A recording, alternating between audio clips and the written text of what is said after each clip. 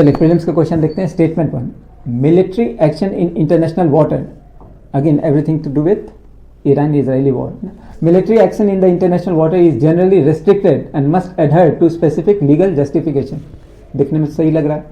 Statement 2, under the United Nations Convention of Law of Seas, उनको laws, the high sea are reserved for peaceful purpose, though force may be used for self defense. है ना. अब आपसे पूछा which of the following is correct in respect to the above statement. तो again पहला ही statement मतलब option A, both statement 1 and 2 are correct and statement 2 is the correct explanation for statement 1. Okay, both statements are correct and statement 2 provide the legal rationale for statement 1. International water or the high sea are the area beyond 200 nautical miles. इसी को बोलते हैं exclusive economic zone where no state can claim sovereignty कि ये हमारे पानी में था. ठीक है, मतलब ये हमारा टेरिटोरियल वाटर ऐसे नहीं बोलते. Exclusive economic zone beyond 200 nautical mile सबके लिए ओपन है. Because this area considered as shared global common. उनको laws mandates under article 88 that there must be reserved for peaceful purpose.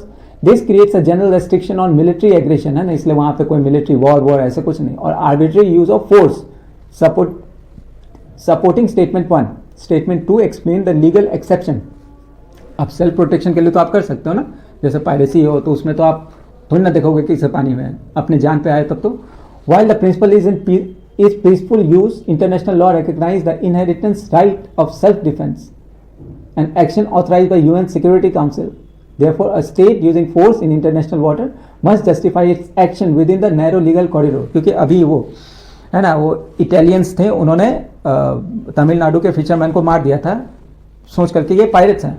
Okay, ultimately that got settled with blood money.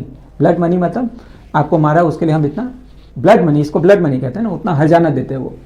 Okay, क्योंकि अभी 2026 का ये जो अपना ईरान का iris देना, इसको सिंक किया गया है ना. Tension between the peaceful use mandate and real world military strike जो आइरिस देना का है, raises significant question about the maritime security and enforcement of उनको लॉस. ओके, तो वॉर का देखो वही चीज़ है कि इंश्योरेंस प्रीमियम बढ़ा दिया है. फिर यहाँ पे बता रहे कि ईरान ने नीचे सी में है ना, उन्होंने हॉर्मुज के नीचे पूरा का पूरा वो माइंस बिछा दिया है, तो किसी की हिम्मत नहीं हो रही जाने की. राइट.